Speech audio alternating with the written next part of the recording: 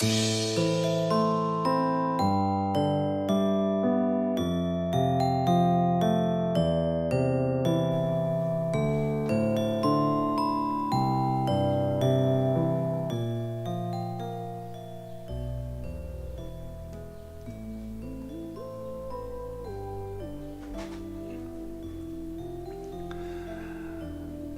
Santos is in federal custody.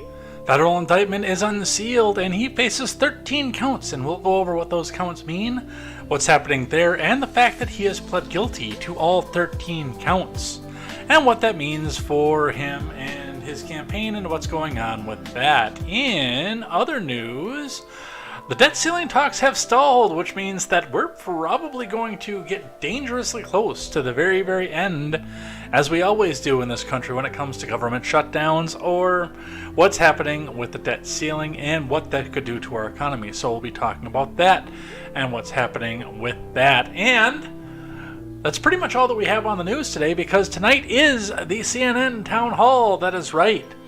At 7 o'clock Central, 8 Eastern, we are cutting away from YouTube. So if you are on Twitch or DLive, nothing's going to change for you. But if you're on YouTube, make sure you get on over to that Rumble channel, because we're going to go see what's going on here. But I know that CNN is going to copyright claim me over on the YouTube side. So join us there, and we will be broadcasting the Town Hall of Doom with Donald Trump right here on Contemporary. So come back and join us here. It is going to be all this and, well, not really all that much more here tonight on Contemporary. I was the one flying the balloons. I am Jay Edgar, and this is Contemporary.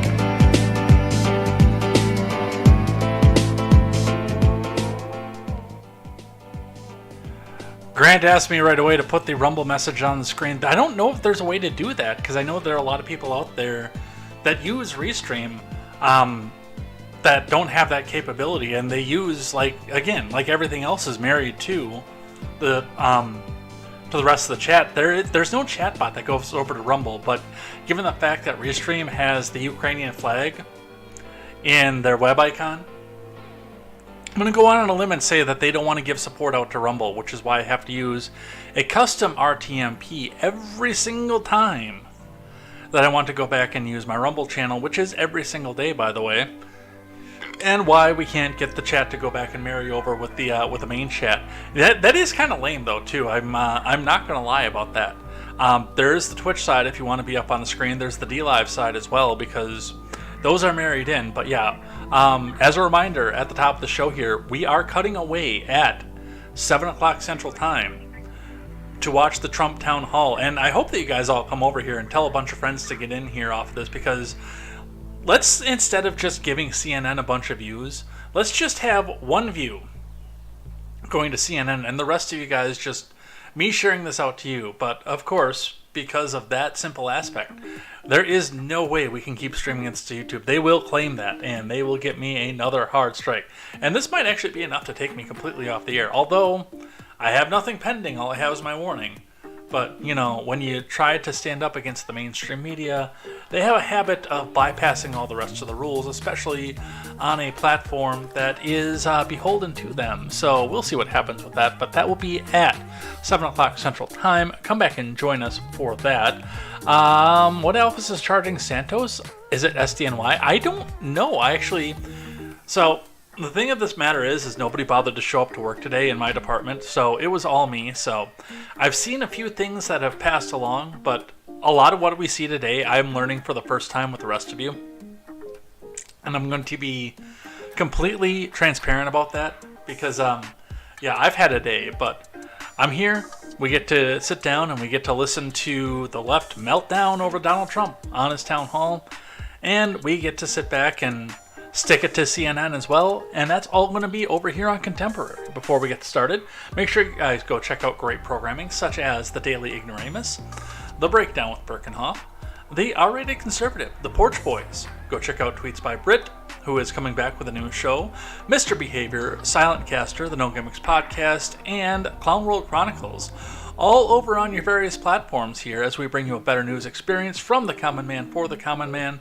Stop getting your news from people who wear suits that cost more than your house. Start getting your news from people just like you. And let's get started on the news and our abbreviated version of Contemporary for the day. And we're going to start even abbreviated, as we always do, with the Dow on the day. I've got the live chats up here, by the way. Mogwai's over on the Twitch side, coming in and joining us over here. This is going to be the greatest town hall, the best town hall. I've seen town halls, and this is going to be the highest rated. It'll save CNN. CNN that died. I don't know where you're going with that. Oh, the dying network. The dying network is now safe. All hail Brian Kilmeade. And Grant, of course, over on the Rumble side, telling me to try to figure out on the fly how to put the Rumble messages up on the screen. I don't think that's going to be a today thing. I do want to get all the chat married together. Not necessarily for the getting on the screen, but I want you guys all to be able to talk to each other across platform. Across every platform. But we'll see how that goes. Alright, let's look at the Dow for the day. The Dow took a great big V-shaped dump throughout the day. It started off good. The futures shot up at the beginning of the day, and then everything tumbled back down. The Dow actually dropped over 300 points at one point, a full percent down, before it clawed its way back and dropped to 73.94 points down, or about a 0.25% on the day. That is down to 33,487.87 points for the Dow Jones Industrial Average. Now, the NASDAQ did have a winning day today, and we'll be talking about that in finance. Looking in at your Bitcoin, which was an interesting graph to say the least. The Bitcoin shot up midday today before dumping itself all the way back out, clawing its way back up to almost where it was again and dumping its way back out again. Bitcoin is, that is going really, really crazily right now.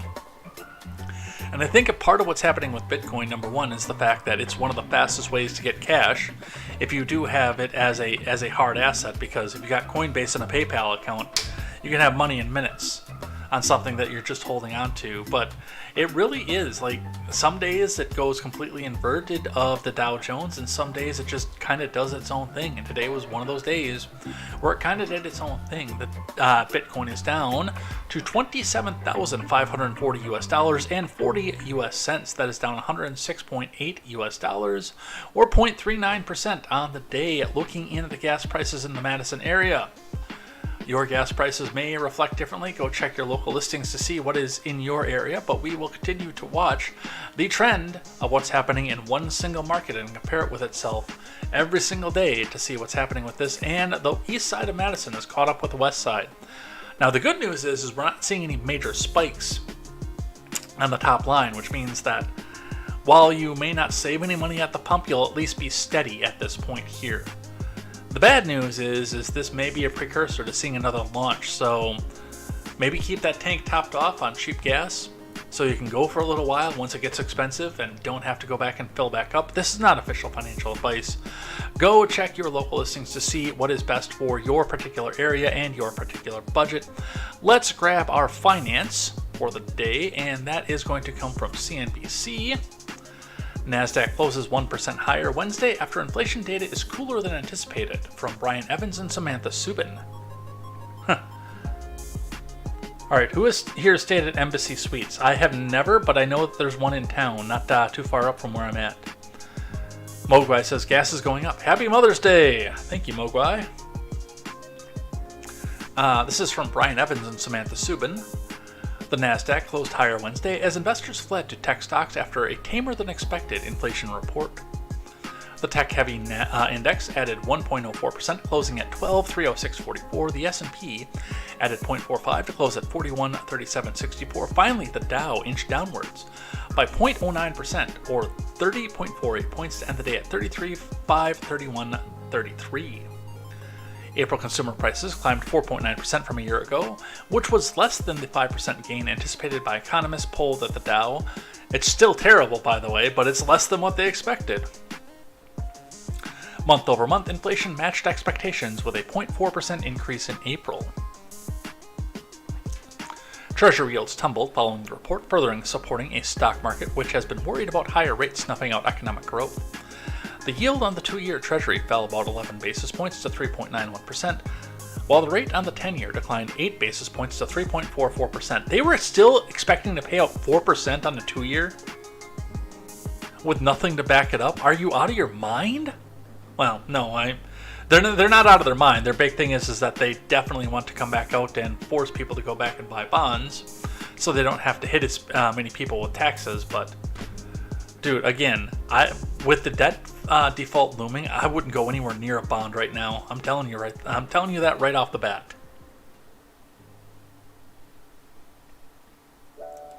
Optimism for the disinflation process to remain in place as high as this report showed shelter prices remained elevated, which means the lag that we're seeing with rent prices should start to meaningfully show over the next few months. Said Ed Moya, senior market analyst at Owanda.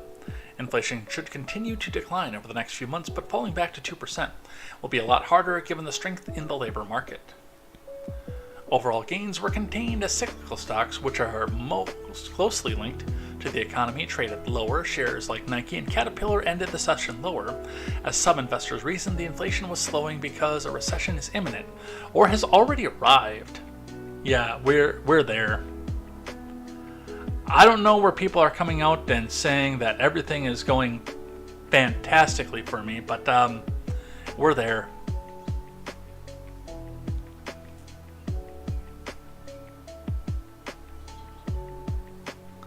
Overall market gains were contained as cyclical stocks, which are most closely linked to the economy, traded lower. Shares like Nike and Caterpillar ended the session lower, as investors reasoned the inflation was... Oh, I read that one already. Airbnb and Twilio fell 10.9% and 12.6% respectively. A day after reporting weak forecasts, electric vehicle maker Rivian closed 1.8% higher a day after the company posted a narrower than expected loss. Earnings season continues Wednesday with results from Disney and Robinhood. By the way, there was one person in the small town that I used to live in, on the other side of the state, that had a Rivian truck. It was basically a Ranger without the Ford logos on it. But I know that Rivian, their big claim to fame was they were a partnership between Ford and Amazon, which meant that they were supposed to be making the Amazon vans that delivered everything, except they can't function up here in the middle of winter when the battery only lets them go like 40 miles at a full charge. But that is what we're seeing on the markets. Let's grab our layoffs report for the day. Today's layoff report is Paramount. You know, that weird little app that you have when you want to go back and watch Star Wars. Or, I'm sorry, Star Wars is Disney. You watch that on Disney Plus. Star Trek. Boy, execution grade A right there. From Variety, reporting to NBC News.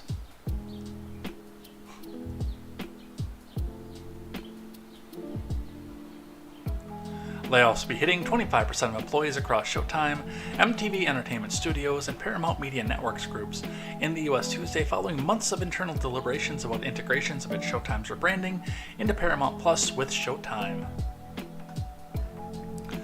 Additionally, MTV News, which was significantly affected by layoffs more than 5 years ago, will be completely shutting down. Other units, most of which are operations, will be shuttered as well. In a memo to staff, Showtime, MTV Entertainment Studios, and Paramount Media Networks president Chris McCarthy said that despite Paramount's success in streaming, we continue to feel pressure from broader economic headwinds like many of our peers, and that senior leaders, in coordination with HR, have been working together over the past few months to determine the optimal organization for the current and future needs of our business. Well, I'm going to give you a little tip right now if you want to keep the streaming audience that you already have. You're doing a good job by keeping Star Trek up there because rightoids like Star Trek, leftoids like Star Trek. Everybody seems to like Trek. But stop trying to wokeify Greece. There were not homosexuals that were out in the open in the early 50s. That didn't happen. I've not watched The Rise of the Pink Ladies. I am avidly curious. I might do it just to see how badly they're trying to screw with the culture. But I know a lot of people wanted to cut their Paramount Plus over it, and I don't blame them. A lot of people cut their Netflix over Cuties, so...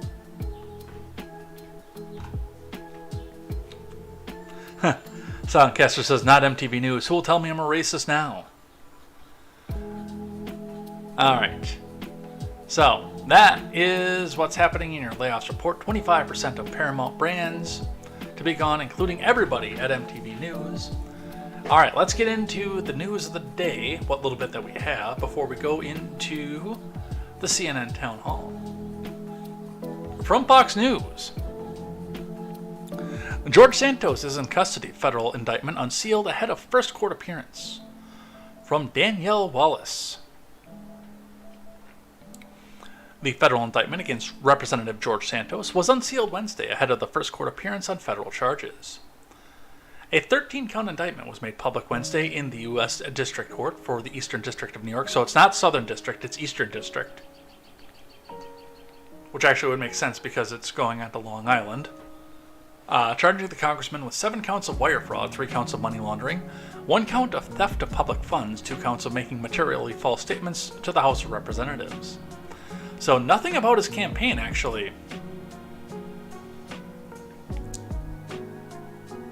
The indictment was returned Tuesday under seal by federal grand jury sitting in Central Islip, New York. Santos was arrested Wednesday morning and will be arraigned in the afternoon before the U.S. Magistrate Judge Arlene R. Lindsay at the federal courthouse in Central Islip, New York. He is currently being held at a federal courthouse.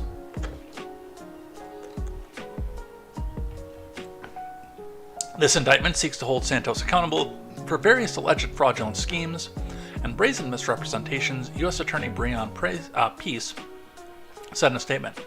Taken together, the allegations in the indictment charge Santos with relying on repeated dishonesty and deception to access the halls of Congress and enrich himself. That's going to be hard to prove. Because you are going to have to show malice on the fact that his intent was to enrich himself because you put that in the indictment. Now, as far as power goes, trying to get power in an undeserved way or trying to influence legislation in a way that's undeserved, the door was open before you put that into the indictment. That last line right there might come back to bite the prosecutor in the ass. R. Volt is here. Welcome. Welcome, R. Volt. Reminder to R. Volt that we will be cutting away at 7 o'clock Central Time to go to Rumble and Twitch and D-Live exclusive. No YouTube, because our friends over at CNN will come and claim the stream that they're about to put up. So, just a reminder there.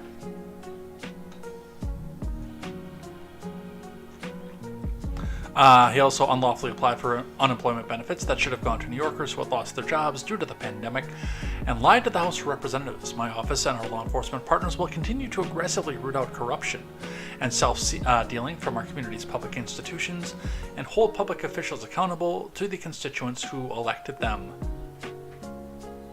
So, this all comes down to the fact that there were several details that were incorrect and outright lies in George Santos's bio, his history, and his background. Elizabeth Warren has entered the chat. And that Santos misrepresented parts of his heritage in order to get ahead in both the business world and the congressional world. Elizabeth Warren has entered the chat.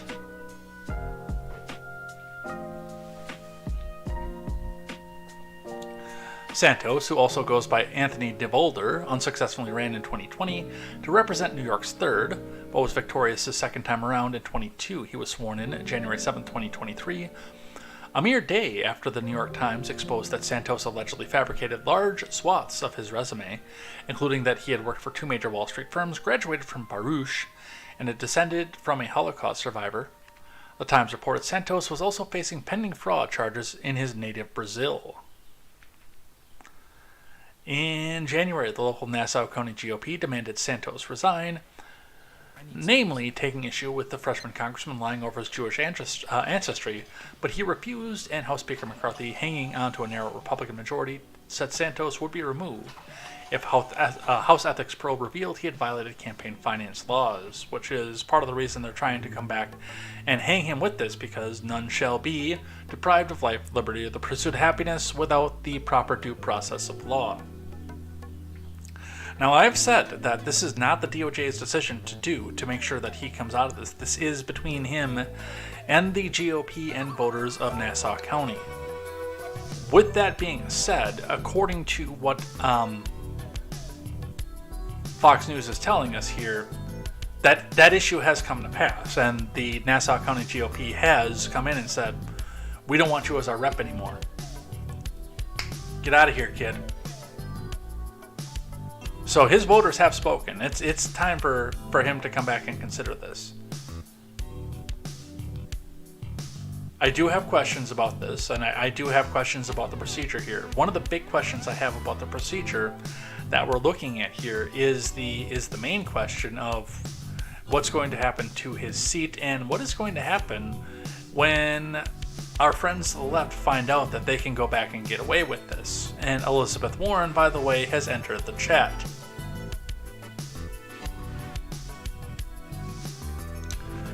Tattoo Lover, it's the name after ReStreamBot that you're going into. ReStreamBot is a collective chat program that lets the chats marry together. That would be Into that's talking to you over there.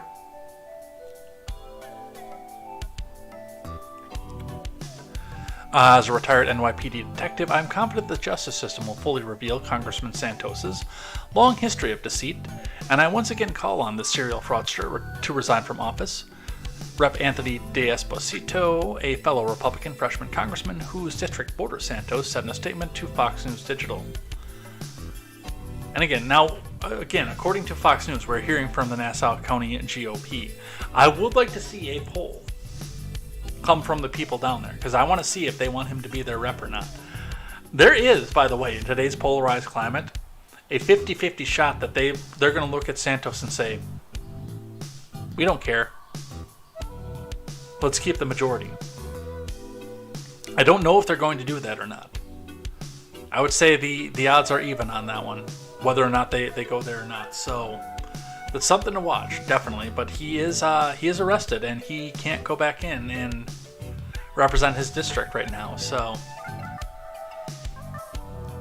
this is going to get interesting. And again, my big problem with this, of course, is the fact that once they find success in this, and I've said this about what they're trying to do with Trump right now, and how many people are jumping off the Trump train, once they find out they can do this with one person, they're going to try to do it with everybody. So there is something to be said about maybe telling these DOJ folks to go and get stuffed if you're still popular within your district. From the Wall Street Journal, Santos faces 13 felony charges, including fraud and money laundering. My big question here is with the money laundering, if this comes down to the fact that it's him using his campaign funds because he obtained them in a fraudulent manner. This is from Corinne Ramey and James Fanelli. George Santos, accused of fabricating much of his life story to secure public office, was indicted Wednesday on federal charges that he embezzled contributions, fraudulently obtained unemployment benefits, and filed false federal disclosure forms. Good. The New York Republican, who was elected last year to represent parts of Long Island and Queens, surrendered to authorities Wednesday and pleaded not guilty in federal court in Central Islip. In the afternoon, a 13-count indictment charged Mr. Santos with 7 counts of wire fraud, 3 counts of money laundering, 1 count of theft of public funds, and 2 counts of making materially false statements to the House of Representatives.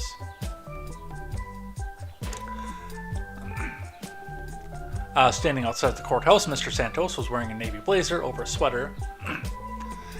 said that he would fight to clear his name. "I will not resign," he said, adding that he would return to the nation's capital for planned votes on Thursday.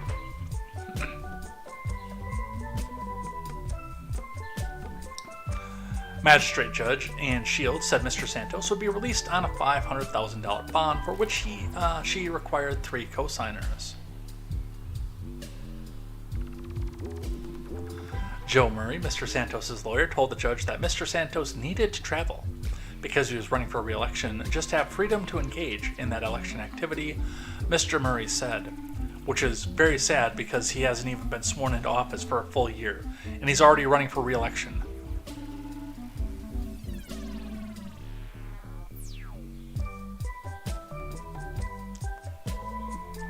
That's not a commentary on Santos, by the way. That's a commentary on the way that our political system works. Judge Shields restricted his travel to New York City, Long Island, and D.C., but said that he could travel throughout the U.S. with prior permission. She ordered him to return to court on June the 30th. The 34-year-old lawmaker has acknowledged misleading voters in the past, but said he didn't commit any crime. The charges come as Mr. Santos has faced months of mounting accusations that he lied to voters about his personal and professional experience on issues big and small. Among his alleged falsehoods, Mr. Santos has claimed without evidence that his mother was at the World Trade Center on September 11th, that he was a star player in his college volleyball team, and that he founded a charity that rescued 2,500 dogs and cats.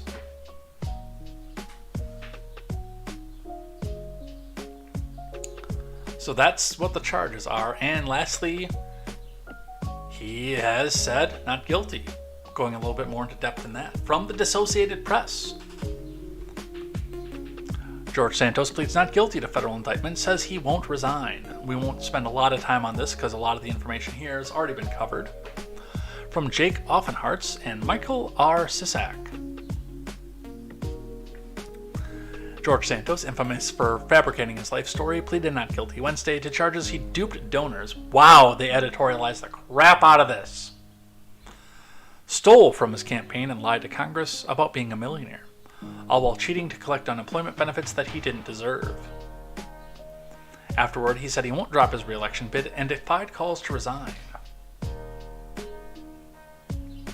Santos' 13-count federal indictment was a reckoning for a web of fraud and deceit that prosecutors say overlapped with the New York Republican's fantastical public image as a wealthy businessman, a fictional bio that began to unravel after he won election last fall. Now, I want you to look at the difference between the way that these were reported. Fox News and Wall Street Journal, which I will admit are semi-conservative, although Fox itself is controlled opposition, were being very objective about this, saying that here are the charges, here's what they're saying about it, here's what his opponents are saying about it, whereas the Associated Press is, it reads like a crime show or a crime movie out of the 80s and 90s.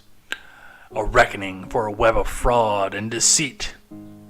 Prosecutors say overlapped with the New York Republican's fantastical public image as a wealthy businessman. I mean, to read that out there, it sounds like he's a Batman villain.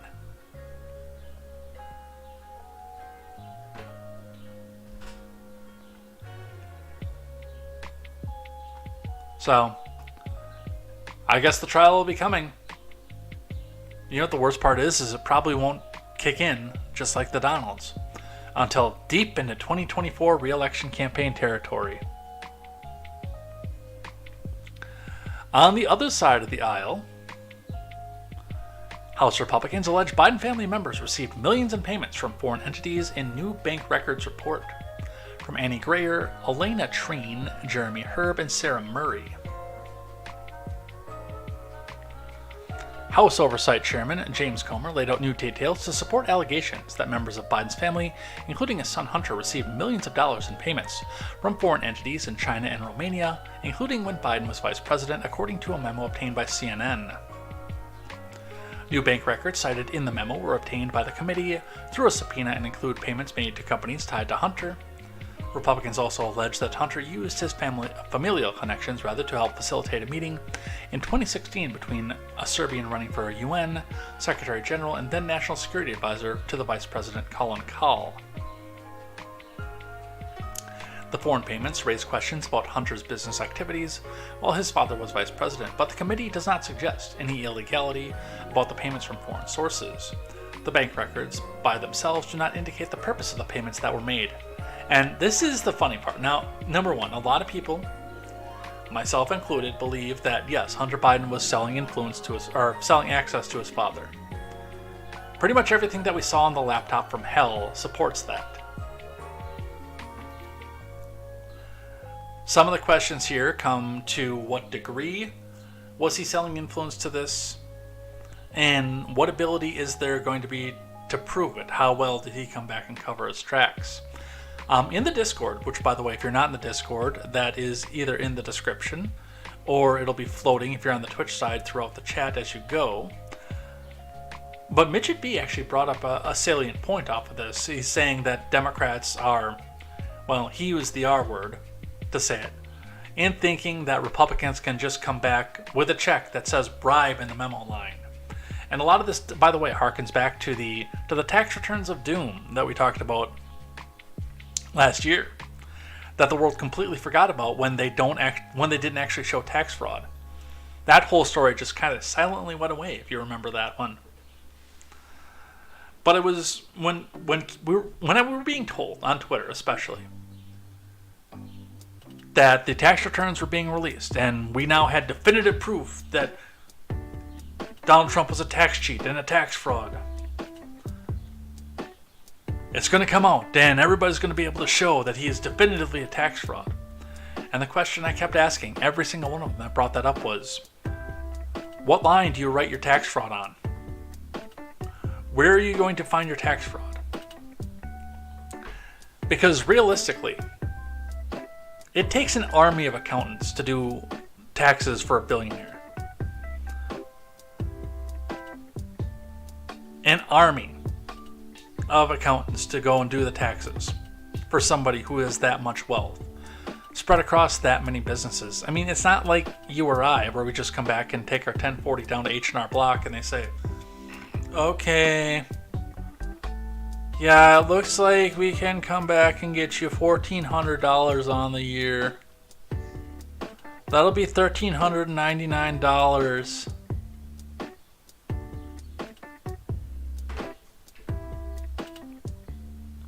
There's a lot more that goes into it. Like, even with regular property, that I don't know that most of you actually come back out and figure in the devaluation of your house and your taxes.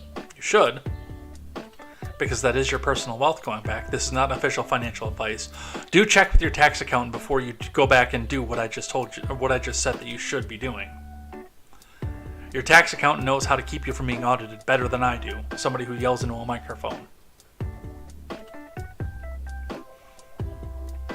But when you've got several properties across numerous businesses, it takes an army of accountants to get all these numbers right, and then another army of accountants on the IRS side to come back and verify this, because this guy gets audited every single year. And now that they're released and CNN's trying to tell us that he cheated on his taxes, it's going to take another army of accountants to look through and file through everything to see if there actually was fraud. And I'm willing to bet that there probably wasn't. I'd be definitely willing to bet and come back with that.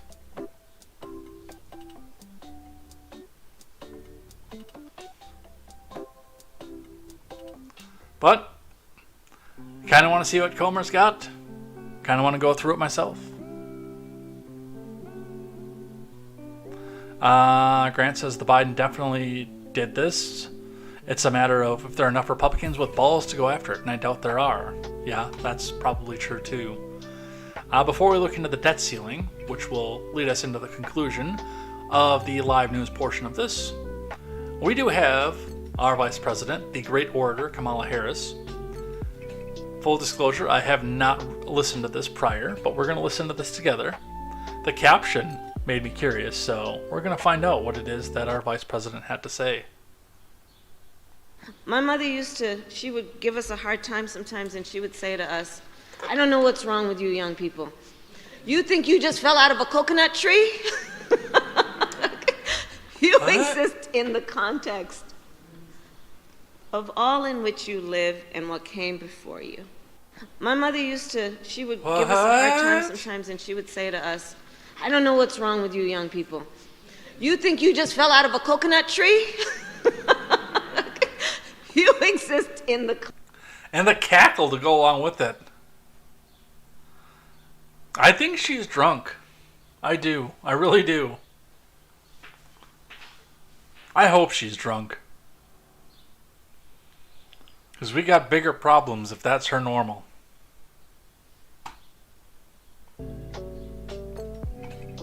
Alright, let's talk about the debt ceiling. Fascinating stuff, I know. Now, to start off with, we've got the live updates here, but I actually scrolled down quite a ways to get to the main story that nobody else was covering with this. And we're going to go back and look through some of the other live updates that went with this as well. We get the Rumble chat back up here.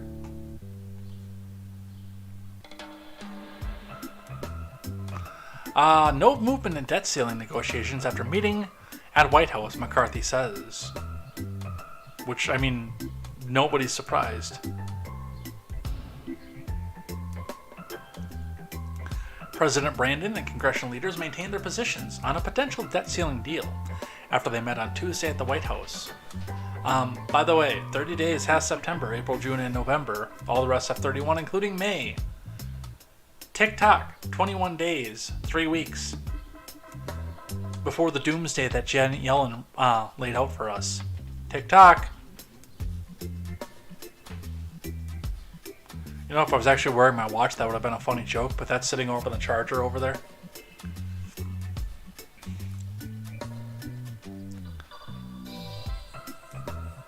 Following the meeting between the top congressional leaders and the president, McCarthy said there was no progress made on reaching the deal. The House has raised the debt ceiling and passed the bill. That's why we had a meeting today. Everyone in this meeting reiterated the positions they were at. I don't see any new movement, McCarthy said. The president said the staff should get back together, but it was very clear with the president. We now just have 2 weeks to go. The speaker added that he believes that Biden should engage in good faith negotiations about spending. Biden has said he's willing to have a conversation about spending cuts, but not with a potential default on the line. Basically, Biden's position is, hey man, I crapped my pants! But the position of the people who are pulling Biden's strings is, oh yeah, no, we'll totally negotiate with the spending after we get the debt ceiling raised. So let's just get the debt ceiling raised, and then I will completely forget about you for the next 2 years.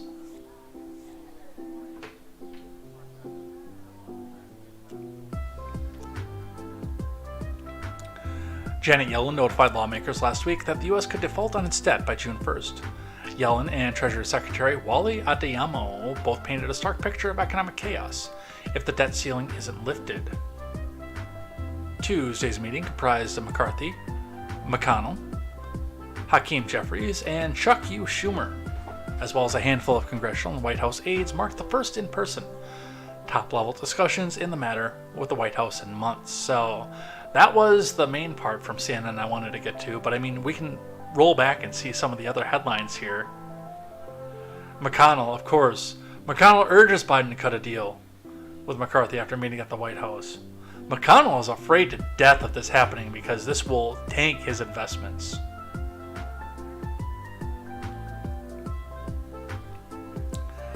But give it about another 3 to 4 days and McConnell will be begging McCarthy just to cave. This can only be solved by one person in America who can sign something into law, and by the majority of the opposite party and divide a government, McConnell said. Hopefully that's the direction in which that we are headed now, because we are running out of time. McConnell also pledged the U.S. will not default. The United States is not going to default. It never has and it never will. However, elections have consequences, and we now have a divided government. We didn't have a divided government last year. Meanwhile, McCarthy said that he has done everything in his power to prevent a default and did not take that possibility off the table. I'm the Speaker of the House, McCarthy said. I'm not the leader of the Senate. I'm not the president. I've done everything in my power to make sure that will not default. We have passed a bill that raised the debt limit. Now, I haven't seen that in the Senate, so I don't know. Well, the Senate has a bill that'll raise the debt limit. It just won't do anything else.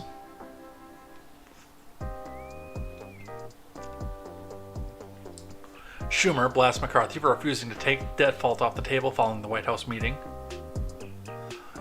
What's really troubling about the Speaker's position is it's a partisan bill, and he says take it or leave it, or we could default. By not taking default off the table, Speaker McCarthy is gravely endangering America and making it much harder to make progress on budget negotiations. And again, I remind you, if he just goes in and falls in and does what it is that you tell him to, which I have no faith that he's not going to, I'm almost positive that he's going to in the very end. But that's gonna be the point where you and Joe and Hakeem, I'll ignore him every time he tries to bring back another spending cut to the table. He is using literally the only tool in his disposal right now.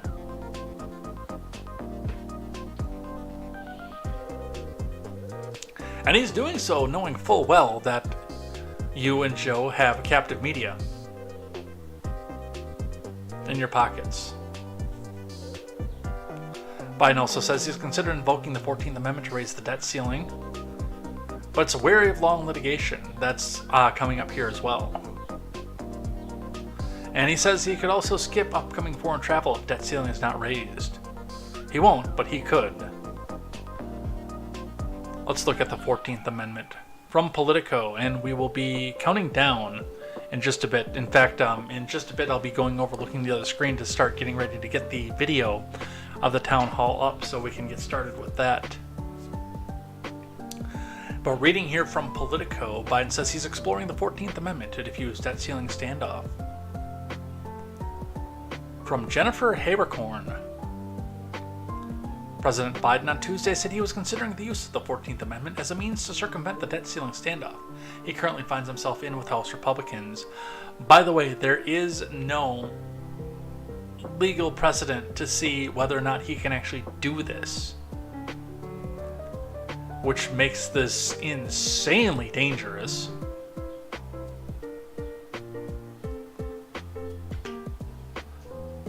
But why wouldn't we wait until the very last minute?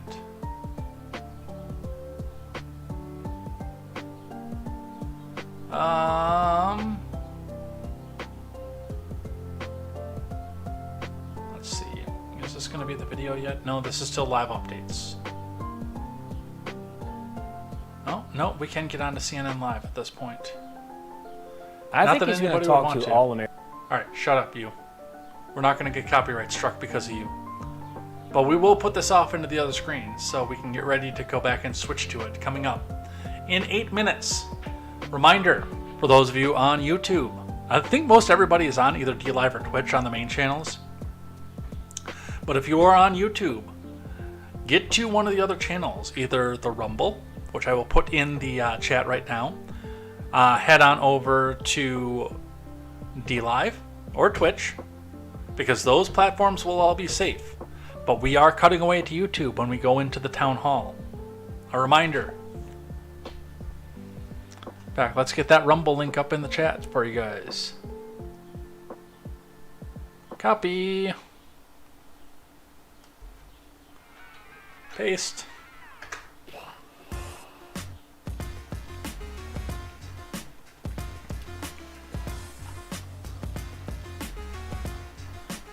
All right, let's see. Let's see. But he cast doubt on whether it could work, saying it would have to be litigated, and in the meantime, without an extension, it'd still end up at the same place.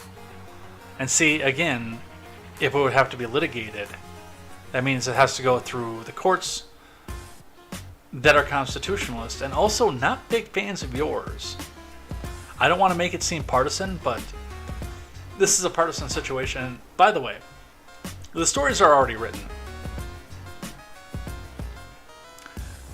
To say evil House Republicans ruined your finances, ruined your lives because they couldn't handle what it was the awesome power of the Democrats. That evil Trump appointed Supreme Court, they were the ones who destroyed your lives because they wouldn't let Joe Biden just use the 14th Amendment willy-nilly. Those stories are already written on CNN, Associated Press, MSDNC, NPC News, ABC News. Alright, but let's see. The president said he would look at the issue of invalidating the debt ceiling through the 14th Amendment months down the road. The amendment states the public debt of the United States shall not be questioned. That does not mean what you guys think it means either. That means the states can't come back out and say, we refuse to pay our state taxes. This was before there was individual tax. Because we don't agree with the debt that you took out. That has nothing to do with the debt ceiling. Biden also refused to rule out a short-term debt limit increase. Hey, look, man, I said that I would come back and talk. The one thing that I'm ruling out is default, and I'm not going to pass a budget that has massive cuts. Which again tells us that he's not going to negotiate. He just expects McCarthy to cave and crumble, which I think I think McCarthy is going to do that. I really do.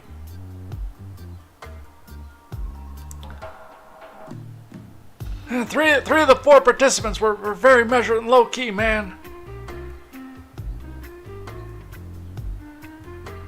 Back at the Capitol, McCarthy laughed off the comment, saying, if you ever spend time with Chuck U. Schumer, you'll find out who the fourth is. On a more serious note, Biden warned that not everyone at the negotiating table pledged to avoid default. Among only 3 of the 5, there was substantial movement, and that everyone agreed that the deficit defaulting on the debt was off the table, Biden said. The president is scheduled to meet again Friday with McCarthy, Schumer, McConnell, and Jeffries. Until then, White House staff and aides to the 4 congressional leaders would continue to hold discussions, those involved said. Biden is scheduled to leave for Japan in a week for the G7 summit, but the president said he'd consider delaying his trip if an agreement appeared to be in reach, underscoring the seriousness of the debt discussions. He called it the single most important thing that's on the agenda right now, man.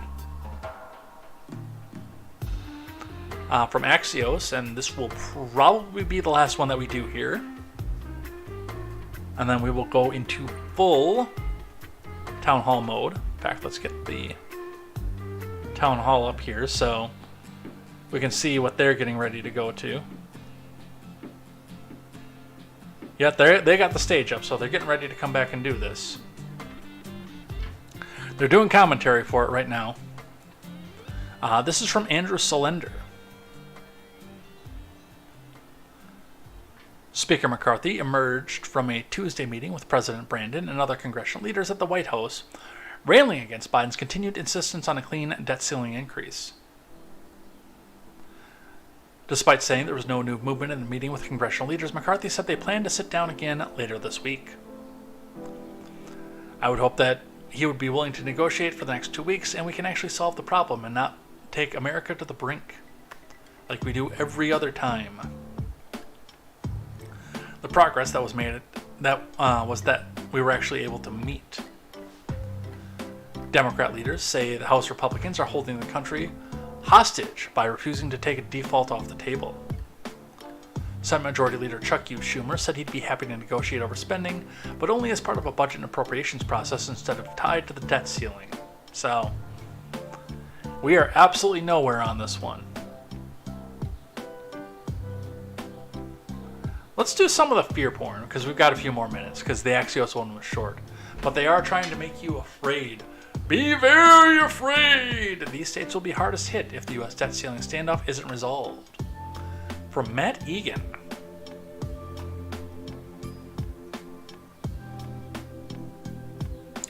As leaders in Washington fail to make progress on a debt ceiling deal, Moody's Analytics is warning of a disastrous implications for American jobs if the U.S. defaults on its debt for an extended period. Yellen has forecast the U.S. could run out of cash and extraordinary measures to pay bills as soon as early June if Congress does not act. While most states would be hit hard by a debt limit breach, the economic pain would vary from state to state. according to projections released on Wednesday by Moody's. It would disproportionately hurt states with large concentrations of federal workers or that have a number of jobs that rely on government funding. So, Virginia and Maryland. That includes D.C., but other states located near or that rely on federal institutions such as national labs or military bases, such as Alaska, Hawaii, and New Mexico.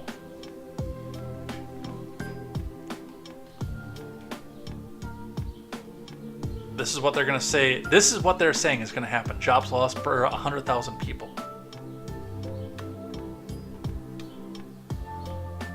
$2,606 jobs in my state. By the way, wherever you're at right now, we'll switch back over to the Rumble chat right now. What state are you in? I know where some of you are. Not all of you. Nevada, also very hard hit. 2,899 per 100,000 people in Nevada.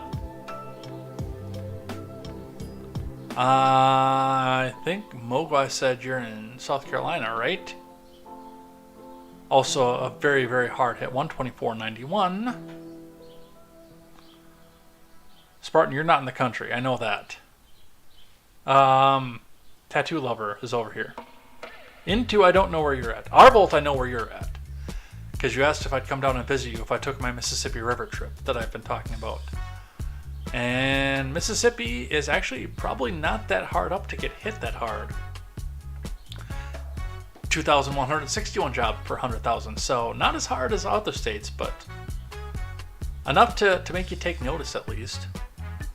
Tattoo Lovers in Connecticut also not hit very hard.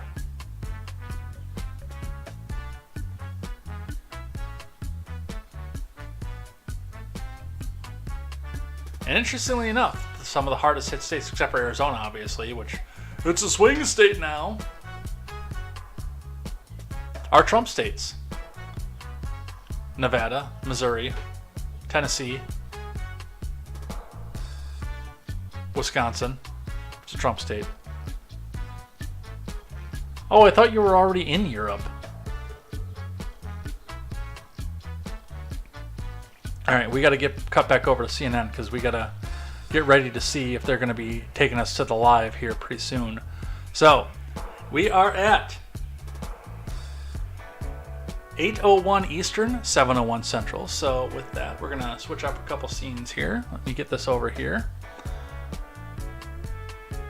And take this out to full screen. There it is, full screen.